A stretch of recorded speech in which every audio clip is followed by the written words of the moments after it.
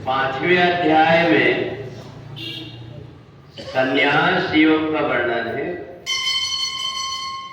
योग युक्तो विशुद्धात्मा विजितात्मा जितेन्द्रिया सर्वभूतात्म भूतात्मा कुर्वन्नपि न लिप्यते। भगवान ने 5वें अध्याय में संन्यास योग का वर्णन किया है।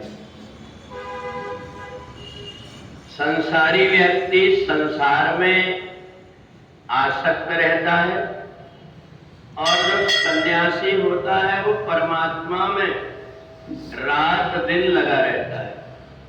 श्वास श्वास में नाम जप वृथा श्वास मत खोए, ना जाने श्वास का फिर आना हो न होए। तो एक व्यक्ति घर परिवार में जिस प्रकार से लगा रहता है, ऐसे ही संन्यास लिया हुआ व्यक्ति भी हमेशा दूसरों का भला कैसे हो, दूसरे व्यक्ति को प्रसन्नता कैसे में मिले, अपना अंतःकरण उसका ऐसा पवित्र हो जाता है, किसी के प्रति भी दुर्भावना न रख करके सर्वे भवन्तु सुखिना की कामना करता है।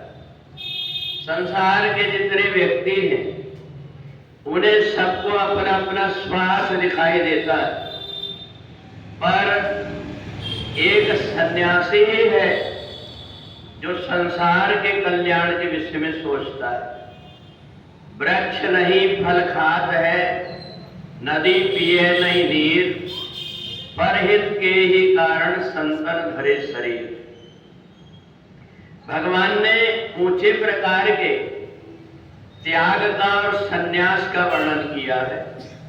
वैसे तो कोई भी व्यक्ति अपने अनेक प्रकार के अपने आभूषण पहन करके, वस्त्र पहन करके, नाना प्रकार के वेशभूषा धारण करके और समाज को जाकर भयभीत करता।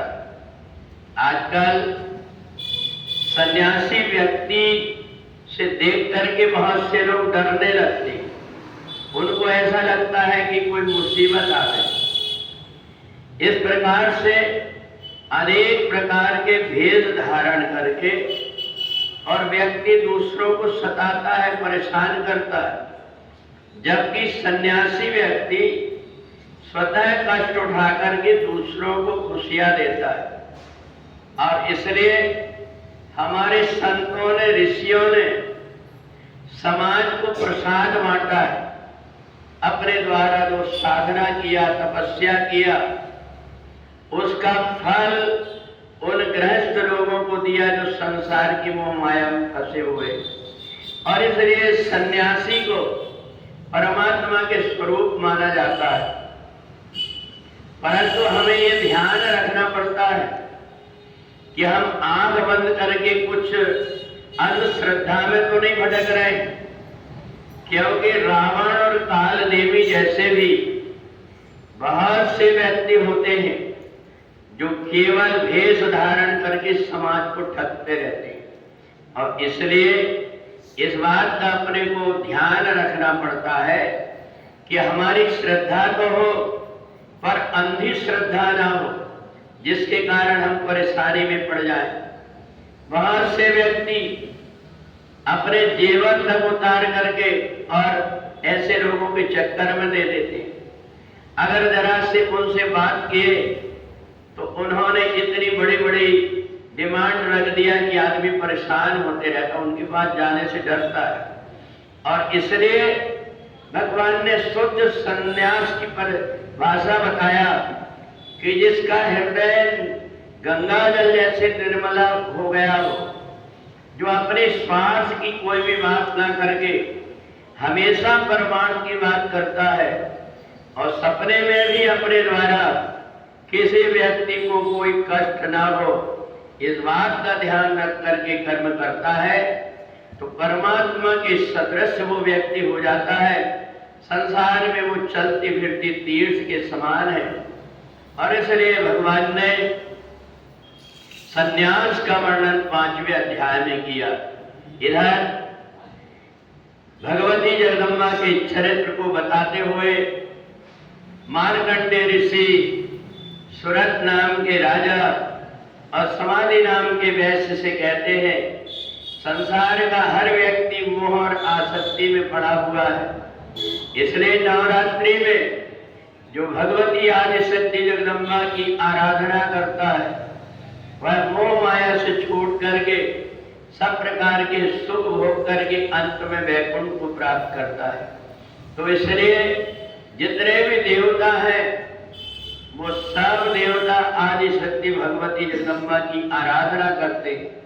देवी पूज पद कमल तुम्हारे, सुर नर मुनि सब होय सुखारे।